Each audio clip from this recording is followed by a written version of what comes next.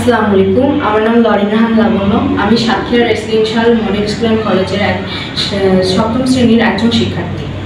আজকে যে বিষয় নিয়ে আমরা আলোচনা করব সেটা হলো ভয়েস চেঞ্জ।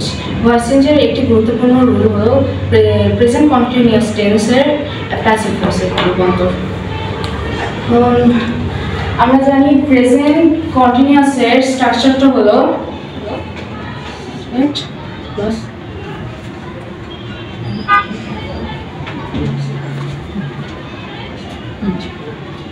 তো এটা হলো আমাদের প্রেজেন্ট কন্টিনিউয়াসের স্ট্রাকচার। আর এর একটা এক্সাম্পল দিতে গেলে তখন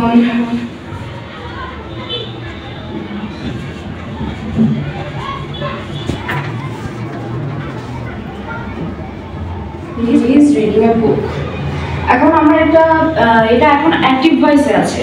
এখন আমরা যদি একটা প্যাসিভ ভয়েসে করতে চাই তখন আমাদের প্যাসিভ ভয়েসের কিছু স্টেপস আছে, সেই স্টেপসগুলো আমাদের ফলো করতে হবে। যেমন আমরা প্যাসিভ ভয়েসে করতে গেলে তখন আমাদের লাগে সাবজেক্টের অবজেক্টিভ ফর্ম, অবজেক্টের সাবজেক্টিভ ফর্ম, তারপর মূল ভার্বের পাস্ট পার্টিসিপল আর কিছু অক্সিলারি ভার্ব। এখন প্রেজেন্ট কন্টিনিউয়াসের ক্ষেত্রে কিছু অক্সিলারি ভার্ব আছে প্যাসিভ ভয়েসে করার জন্য। সেগুলো হলো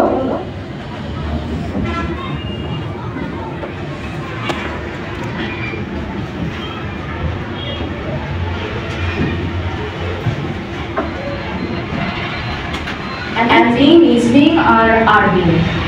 আর এই অক্সিলারি ভার্বগুলো নির্ভর করে আমাদের পার্সন ও নাম্বার অনুযায়ী। এখন আমাদের এখানে আছে থার্ড পার্সন সিঙ্গুলার নাম্বার। তখন আমরা প্রথমে এই যে অবজেক্টের সাবজেক্টিভ ফর্ম হবে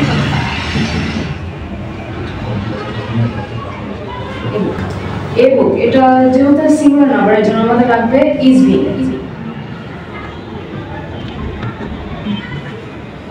এখন আমাদের রিড, এই যে রিড যে মূল ভার্ব এটা পাস্ট পার্টিসিপল ফর্ম দেব, যেটা অবশ্যই রিড।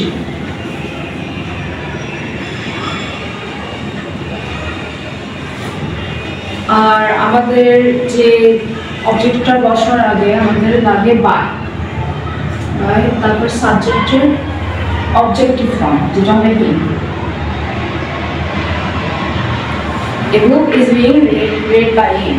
এটা হলো আমাদের প্যাসিভ ভয়েস। তো আশা করি তোমরা বুঝতে পারছো।